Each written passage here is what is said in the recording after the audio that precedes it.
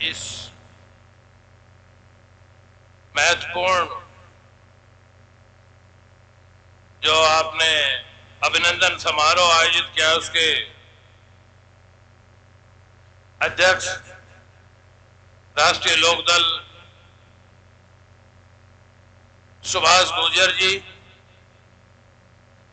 मंचस्थ मेरे राजनीतिक सहयोगी, बहुत ही आदर और सम्मान के योग्य बुजुर्गों, नौजवान दोस्तों, प्रेस के साथियों,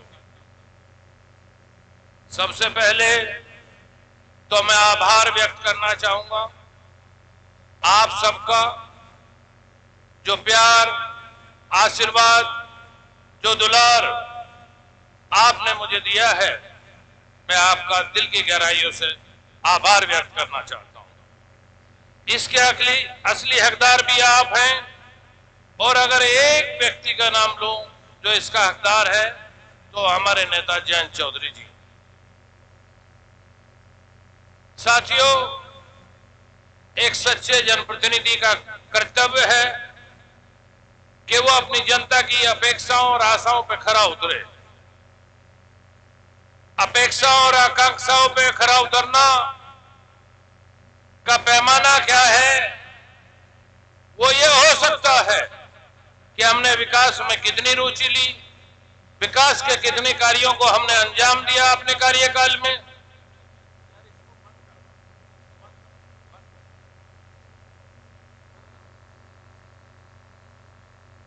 शोर मचा रहा। आप और हम सभी जानते हैं कि राष्ट्रीय लोकदल का एजेंडा गांव, गरीब, देहात का एजेंडा है, और राष्ट्रीय लोकदल किसान, मजदूर के लिए सजग है सदा।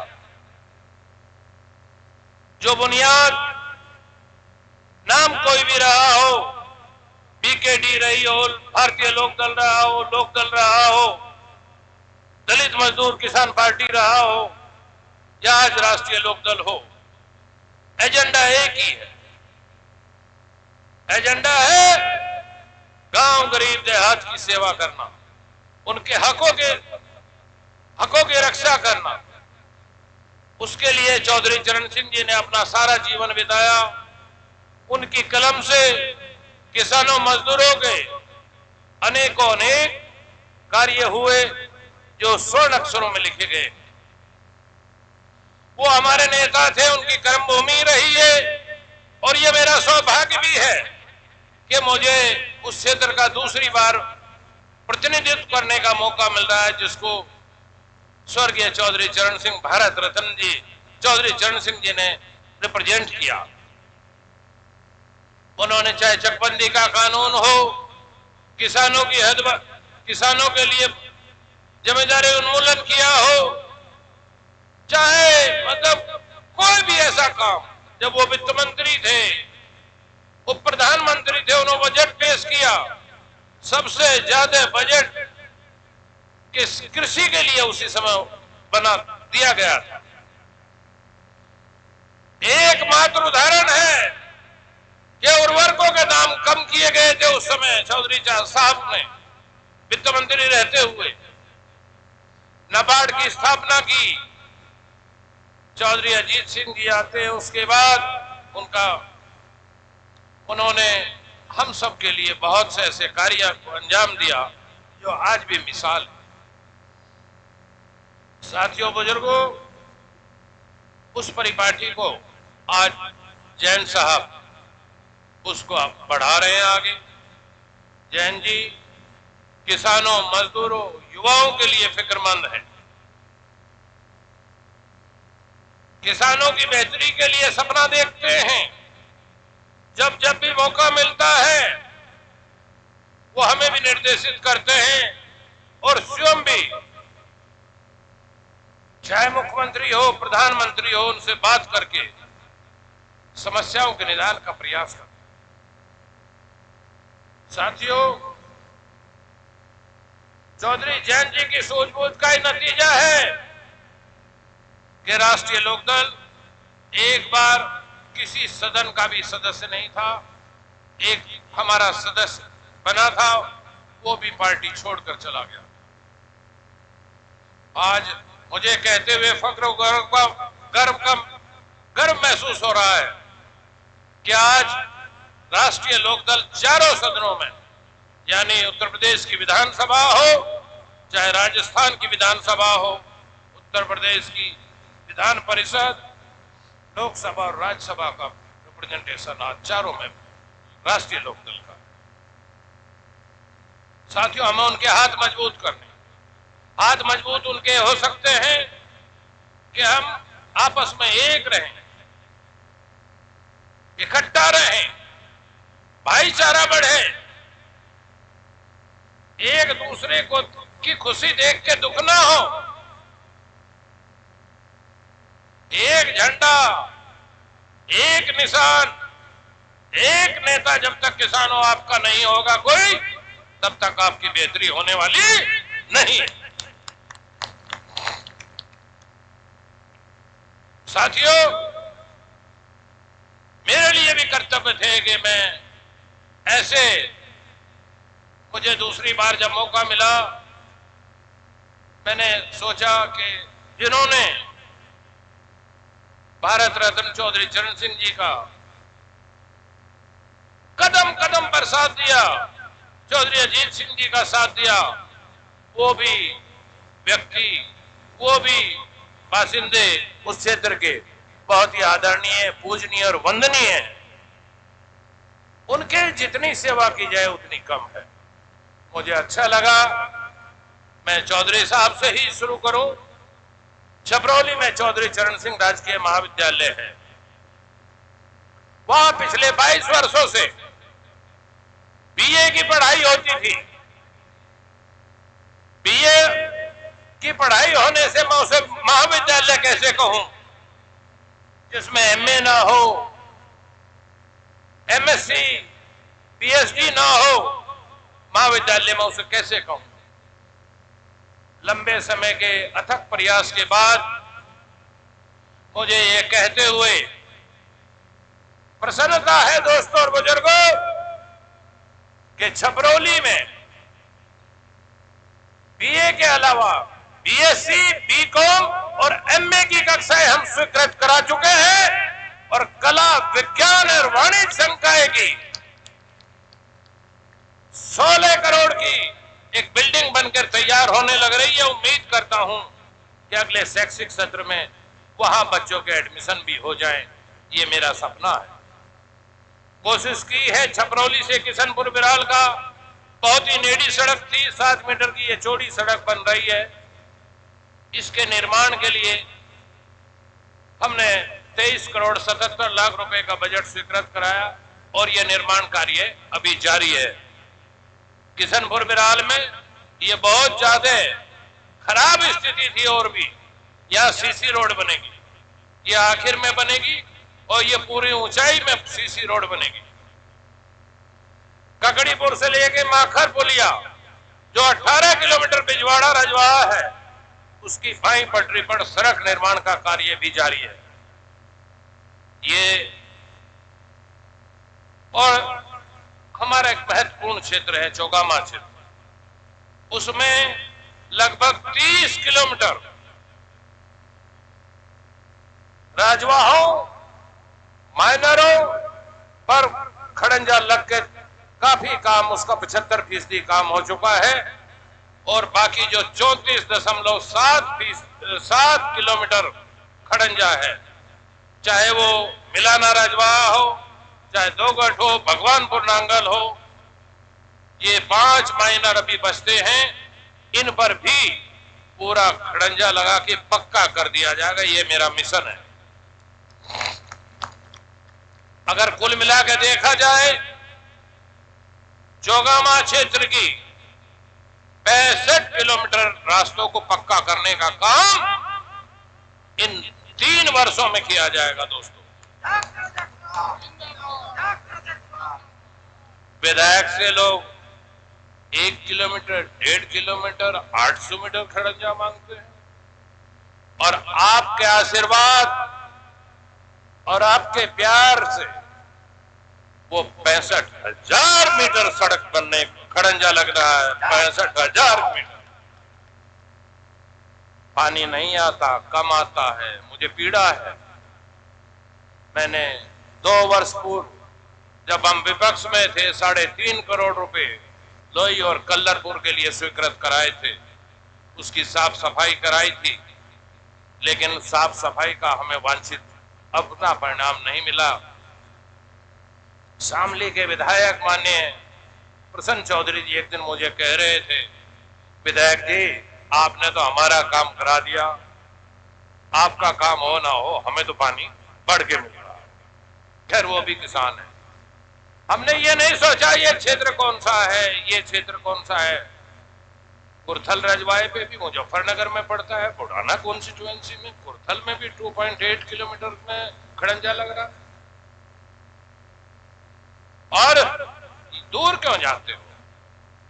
हमारी जो पूर्वी यमन नहर है, जो सहारनपुर से लेके शामली, बागपत और गाजियाबाद तक जाती है, जिसकी लंबाई 203.5 किलोमीटर है, इसके पुनरुत्थान का पुनर्स्थापना का कार्य भी स्वीकृत हो गया। 48 करोड़ रुपए स्वीकृत हुए इसकी सफाई के लिए, इसके पुलों के लिए।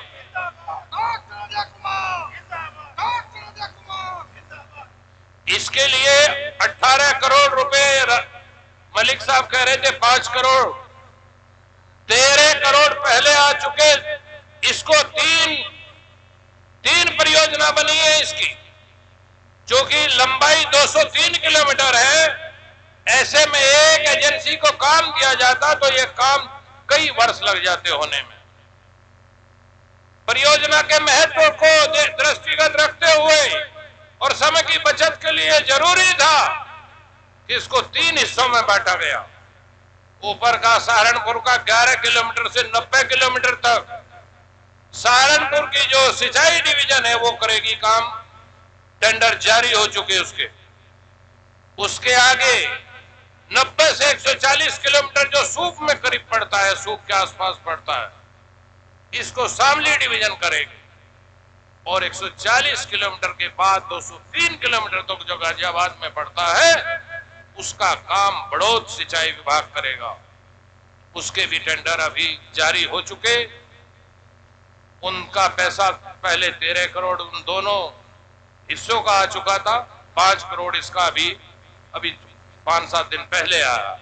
मैंने सिंचाई विभाग के अधिकारियों से कहा था, जब बजट स्वीकृत हो रहा है और हमें आशा है, नहीं पूर्ण विश्वास है, ये बजट हम लेके रहेंगे। हमने बजट प्रावधान भी करा लिया था।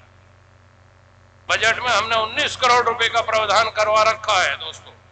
इसके लिए मुझे मालूम था कि अगर बजट में प्रावधान नहीं हुआ, मैं कितनी गाल बजाऊं, मैं कितनी परियोजनाएं बनवाऊं, कोई लाभ नहीं होने वाला। हमने इसके लिए अग्रिम तैयारी की है और कल नहर, ये बड़ी नहर बंद हो चुकी है। अब तो जो रिड़का आ रहा है वही पानी आएगा। 1 महीने नहर बंद रहेंगी। इसका शिलान्यास किसी भी समय, एक शिलान्यास भी इसका किया जाएगा, इसके कार्यों का। जो 11 किलोमीटर से 90 किलोमीटर तक की रजवाहे की लंबाई है, जो सहारनपुर और शामली में कुछ हिस्सा पड़ेगा, उसकी आंतरिक भाग की पुनर्स्थापना होगी। यानी पुनर्स्थापना, पुनरुद्धार। मेरे तो किसान भाई इन बातों को समझेंगे भी नहीं। नो कह रहा अज्ञा नेड़ी होगी, इस पे दोनों तरफ सिल्ट जमगी या रजवा रहेगी। अब इसे जो इसका जो आकार था उस आकार में लाने का प्रयास किया जाएगा। अभी 7 दिन पहले थोड़ा सा इसमें पानी ज्यादा छोड़ दिया। इसकी जो क्षमता है 4400 क्यूसेक है दोस्तों, लेकिन इसमें आधा भी पानी नहीं आता। अगर ये पूरी क्षमता से चले, हमारे कई राजवाहे चले और कई माइनर चले। लेकिन पानी आता ही नहीं पूरी क्षमता से। कई बार ऊपर के किसान काट लेते हैं। अब हम भी देखेंगे, जब हम पूरा पानी देंगे वो भी काट के छिप लो, कभी न कभी तो हमें भी बढ़िया पानी मिलेगा। हम कटिबद्ध हैं इसके लिए। इसके आगे जो रेगुलेटर हैं हमारे, उन पे काम होगा, पुलों की मरम्मत होगी और 140 किलोमीटर से आगे इसका पुनरुद्धार होगा। ये तो बिल्कुल यहां आके तो बिल्कुल बेकार हो चुकी हमारे जिले में, टेढ़ी मेढ़ी हो चुकी। इसका कई मीटर हिस्से पे सिल्ट जमा हो चुकी, सीपेज नहीं हो रहा, जल स्तर में उतनी वांछित बढ़ोतरी नहीं हो रही है, सिंचाई के लिए पर्याप्त मात्रा में जल उपलब्ध नहीं है। तो इन सारी समस्याओं को दृष्टिगत रखते हुए थे तो उस समय विपक्ष में हम, ये परियोजना तो उसी समय हमारी मंजूर हो गई थी। और जब कोई परियोजना मंजूर हो जाती है, मैंने विधानसभा में भी उठाया, मैंने कोई स्टोन अनटर्न नहीं छोड़ा, कोई एफर्टेशन नहीं छोड़ा जो इसमें ना लगाया जाए। मुझे मालूम था बहुत विकट लोग बैठे हैं, टांग खींचने वाले भी हैं। कोशिश की कि नहरों में पानी किसानों को मिले। जोगामा क्षेत्र के 65 किलोमीटर लंबाई में को पक्का करने का निश्चय है। 30 किलोमीटर में मैं पुनः दोहराना चाहूंगा, 30 किलोमीटर में से ज्यादातर खड़ंजा लग चुका है और जो शेष है वो 1-2 महीने में लग जाएगा। बाकी का 34.7 किलोमीटर खड़ंजा इस वित्तीय वर्ष में स्वीकृत होकर काम शुरू हो जाएगा। सड़कों पर विशेष काम करने का प्रयास, 282 किलोमीटर की 93 करोड़ की आज तक क्षेत्र के लिए सड़कें बन के तैयार हो चुकी हैं, जिनमें काम पूर्ण हो गया। और दर्जनों सड़कें ऐसी हैं जिन पे अभी काम हो रहा है और कई दर्जन सड़कें ऐसी और पुल ऐसे हैं जिनके के प्रस्ताव शासन लखनऊ में लंबित है। मुझे आशा ही नहीं, पूर्ण विश्वास है कि उनमें से 10 रास्ते तो 10 तो नए खड़ंजों पे सड़कें बनेंगी, असारा और झूनपुर का पुल बनेगा और कई ऐसी सड़कें हैं जो अधूरी हैं, जिनको पुनर्निर्माण की आज आवश्यकता है। उनका निर्माण भी इस वर्ष प्रस्तावित है। कोशिश की है जनता की सुविधा को दृष्टिगत रखते हुए। ध्यान है, हमारे जिले में कोई बस स्टैंड ढंग का नहीं है। एक बड़ी जद्दोजहद के बाद बागपत में बना, वो अभी चालू, वो भी चालू नहीं हुआ। लेकिन हमारे बड़ौद में कोई बस स्टैंड ऐसा नहीं जिस पे जाके आप सम्मानित व्यक्ति या साधारण आम जन भी वहां आसानी से बैठ सके, धूप और सर्दी में, बरसात में किसी शेड के नीचे बैठ सके, ऐसी कोई व्यवस्था नहीं है। इसका शर्म आती है हमें। मैंने इसके लिए भी प्रयास किया और मेरे प्रयास भगवान ने चाहा, आपके आशीर्वाद से, जैन जी के निर्देशन में, उसके लिए भी हम 5 करोड़ रुपए शीघ्र ही मंजूर करा के यहां बावली चौंगी पे बस स्टैंड बनाने का काम को अंजाम देंगे। विधायक निधि से क्या हो सकता है? 17 करोड़ मिले अब तक। 17 करोड़ में मेरी टांग फांग खींचे जाओ। सांसद जी लिए बैठे, मुझसे तो ज्यादा पैसे, मेरे तो पास आज एक भी पैसा नहीं। मैंने 7 अगस्त को मुझसे प्रस्ताव मांगे गए, कहा गया कि विधायक जी 2.5 करोड़ रुपए आ गए निधि के। मैंने 11 अगस्त को प्रस्ताव दे दिए 2 करोड़ 75 लाख के। वो टेंडर अभी 20 कामों के टेंडर अभी किसी भी दिन जारी हो जाएंगे। सांसद जी के थोड़े से ज्यादा पैसे हैं, उनसे मेरे पर तो है नहीं, उनको जाके कह दो, वो दे देंगे। कोई जरूरी काम हो, मैं नहीं कह रहा, मैं चिपटाना नहीं चाह रहा कि वो आप जाके उनको वो करो, लेकिन कोई जरूरी कार्य हो तो सांसद जी के पास अभी धन है। मैं इसकी जानकारी में आपको देना चाहता हूं। आगे मैंने कोशिश की,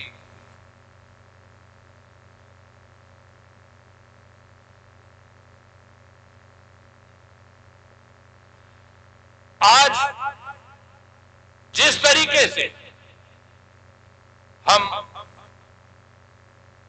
खेती में और खास तौर पर गन्ने की फसल उगाते हैं, उसके लिए बड़ी आस लगाए बैठे हैं हमारे किसान भाई, और लगाए भी क्यों ना। पिछले वर्ष गन्ने का दाम नहीं बढ़ा।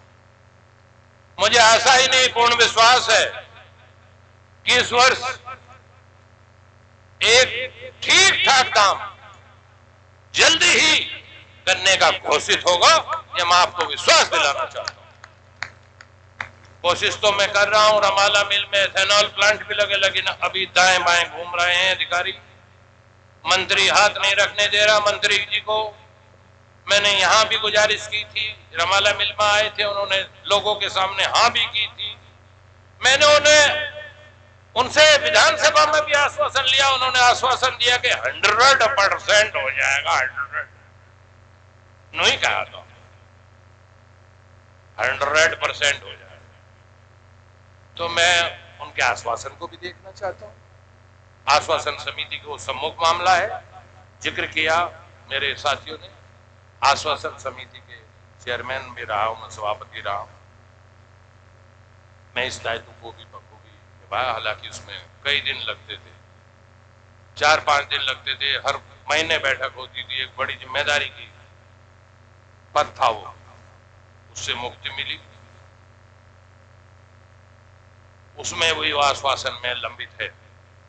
मैं अपने जो मेरे से बाद में माननीय राज्यपाल जी आश्वासन समिति के सभापति नियुक्त हुए हैं, मैं उनसे भी कहूंगा कि इस आश्वासन पर आप बल दें। और मैं आदरणीय राज्यपाल बालियान जी को भी बधाई देना चाहूंगा आप लोगों के जरिए। मैं तो फोन किया था, जैसे मुझे पता लगा, बेचारों ने 2 बार फोन किया, फोन उठाया नहीं मेरा।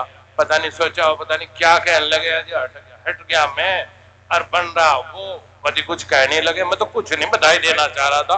आज मैं सार्वजनिक रूप से बधाई देना चाहता हूं। मैंने तो 2.5 साल काम किया। आपको काम करने का सबको मौका मिलना चाहिए, सभी चाहते हैं। और जिम्मेदारी का पद था, मैं तो इससे मुक्त होकर बड़ा रिलीफ भी महसूस कर रहा हूं। कई दिन लखनऊ में लगाने पड़ते थे, पढ़ना पड़ता था। ना पढ़ो तो अधिकारियों से क्या बात कर लूंगा मैं। कहीं मऊ का सवाल है, कहीं वाराणसी का सवाल है, कहीं बागपत का सवाल है, कहीं बुलंदशहर का सवाल है, कहीं दलबीर सिंह विधायक जी का क्वेश्चन है, कहीं राणा जी का सवाल है, कोई किसी का सवाल है। कैसे कैसे जवाब मंत्रियों ने। आश्वासन समिति में ये काम है कि जो उत्तर प्रदेश असेंबली में मंत्री जी और सरकार आश्वासन देती है, वो आश्वासन पूरे हुए कि नहीं हुए, ये देखने का काम आश्वासन समिति करती है। अभी करीब 2400 आश्वासन पूरे प्रदेश के लंबित हैं। बड़ी प्रक्रिया है। लोग तो यही समझते हैं कि विधायक नाली खड़ंजा शादी ब्याह में इन्हीं में आने का काम करते हैं। विधायकों के वेरियस काम है, बहुत काम। समिति बनती है, सारे सवाल जवाब करते हैं। एक मिनी विधानसभा है, वो भी वहां प्रमुख सचिव के अलावा कोई उसका जवाब नहीं दे सकता। बहुत से ऐसे कार्य हैं जिनको हमें अंजाम देना पड़ता है, आम जन को उसकी कोई उसका पता भी नहीं। साथियों, बहुत लंबा समय हो गया, लेकिन मैं तो यही कहूंगा कि आपकी आकांक्षाओं पर खरा उतरने का पिछले कार्यकाल में भी प्रयास किया था क्या? नहीं ना किया हो तो बता दियो। और अब क्या कैसा लग रहा? पता भी है कुछ के मैं कागज भी लाया, कुछ 2-4 चाहोगे तो ले लियो। साथियों, मेरी मनसा है कि आप लोगों की जितनी सेवा और जितनी आपकी आपकी सेवा मतलब कर सको, चाहे वो पैसे से हो, चाहे वो अधिकारियों के साथ झगड़ के, अनुविनय करके, या जनता की दुहाई दे के काम कराने का सवाल हो, मैं कोताही नहीं करता। मेरे पास कोई बिजनेस नहीं, सिर्फ यही काम है, इसी काम को अंजाम देता हूं, यही काम है। मैं नहीं कहता कि मेरे पास ताकत और मच्छरदानी है, मेरे पास भगवान का दिया सब कुछ है, आपका आशीर्वाद है।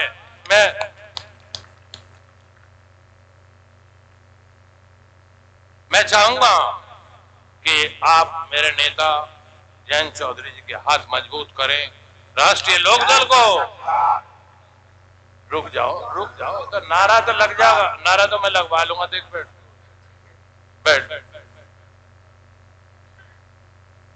आप उनके हाथ मजबूत करें। उनके हाथ मजबूत इसलिए जरूरी है क्योंकि किसान, गांव, गरीब, देहात के ऐसे बहुत से मसले हैं जिनको कि अभी बल दिया जाना, जिन पे बहुत ही जरूरी है।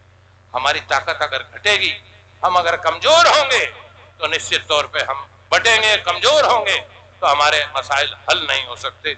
अगर किसी राष्ट्रीय लोकदल के किसी एमएलए, एमपी, सांसद, विधायक, जिसके भी मुंह से कोई निकलता है, किसी कार्यकर्ता, किसी अध्यक्ष, जिला अध्यक्ष, पार्टी के पदाधिकारी के मुंह से अगर कोई बात निकलती है, किसान, गांव, गरीब, मजदूर की बात जरूर निकलती है, और निकले भी क्यों ना,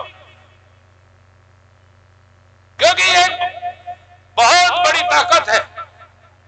जब चौधरी साहब हुआ करते थे, चौधरी चरण सिंह जी, ये आबादी 75% थी। आज घट के किसानों की आबादी देश में 56% रह गई। चौधरी साहब सदा, उनके सामने भी यूनियन के सवाल आए थे कि किसानों की यूनियन होनी चाहिए। वो इस बात की तरफदारी नहीं करते थे। वो कहते हैं कि यूनियन बनती है जो माइनॉरिटी के लोग होते हैं, जो मुट्ठी भर लोग होते हैं, चंद लोग होते हैं, माइनॉरिटी में होते हैं, यानी कम संख्या जिनकी होती है, और जो मेजॉरिटी में होते हैं वो तो शासक होते हैं। उन्होंने सपना देखा था कि किसान इस देश का शासन करेगा, और थी भी ये बात। आज जितने हुक्मरान बैठे हैं, ये कांग्रेस हो, बाबू जगजीवन राम, अटल जी, सारे नेता, लाल कृष्ण आडवाणी जी, चंद्रशेखर जी, जब जनता पार्टी का विभाजन हुआ तो 30 सीटें मिलती हैं, और अकेले शेर को 42 सीटें मिली थी, जिनमें से 28 यूपी से, बिहार और राजस्थान, हरियाणा से मिली।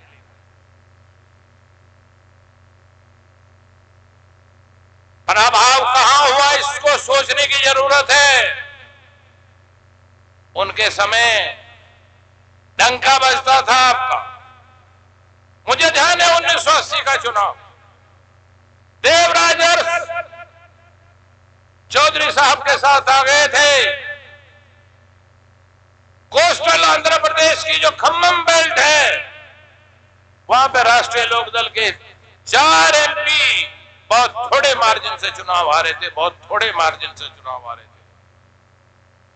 चौधरी चरण सिंह जी उत्तर प्रदेश, बिहार, हरियाणा, राजस्थान और उड़ीसा के मुख्यमंत्री तय किया करते थे। जब वो बैठते थे 78 लाख के, उनके आजू बाजू कई मुख्यमंत्री बैठते थे। उनके 78वें जन्म दिवस पर 78 लाख की दिल्ली में बोट क्लब पर एक रैली हुई थी। दोस्तों, मेरे युवा साथी नहीं जानते, मैं बताना चाहता हूं।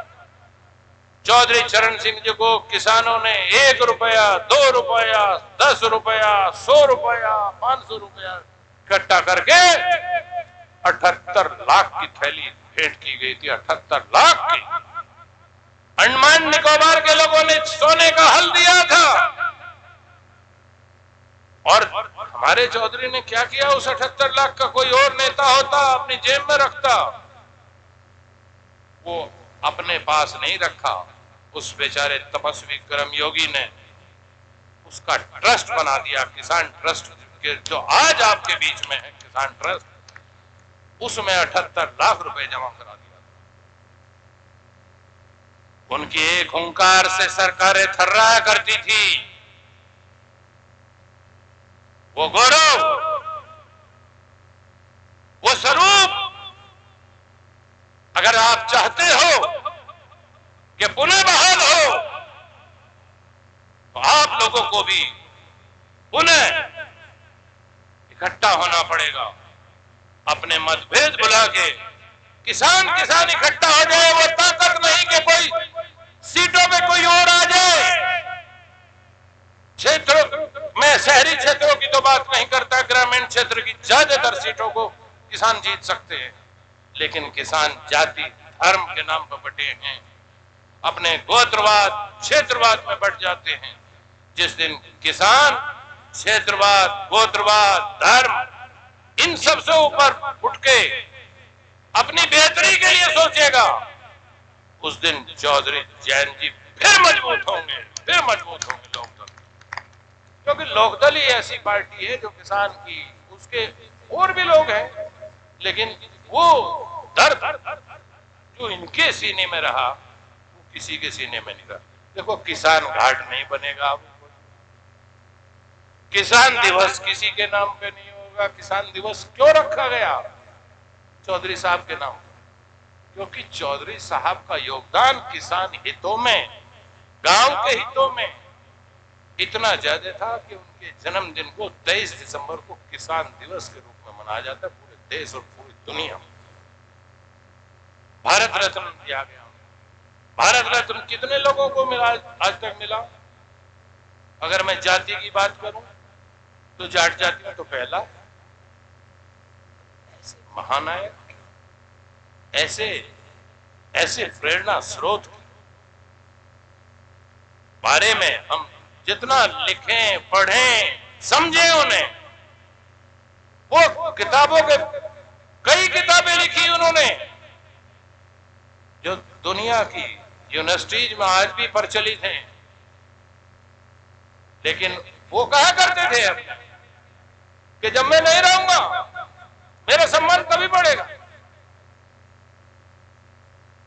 एक बार मैं उद्योगपति का नाम नहीं लेना चाहता, वो आए, उन्होंने कहा कि चौधरी साहब 5 करोड़ रुपए हम चुनाव फंड के रूप में आपको देना चाहते हैं।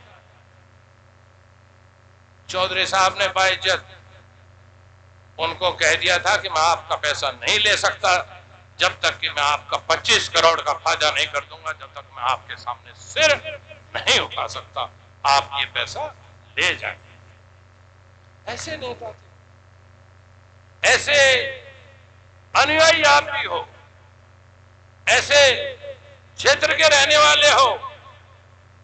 आप उस गौरव को पुनः प्राप्त करने के लिए ये लोकदल तो छबरौली और बागपत बड़ौद लोकदल का ब्रीडिंग सेंटर है।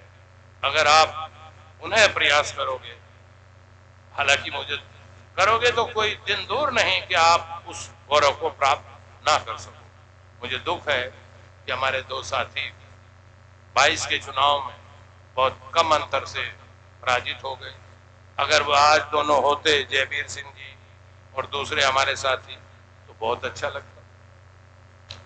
लेकिन नीति है, राजनीति है, कुछ कई दिक्कत रही होंगी, तो मैं आप सबसे ज्यादा ना कहते हुए विकास के कार्य को करना मेरी प्राथमिकता है। इसी में मुझे मजा आता है।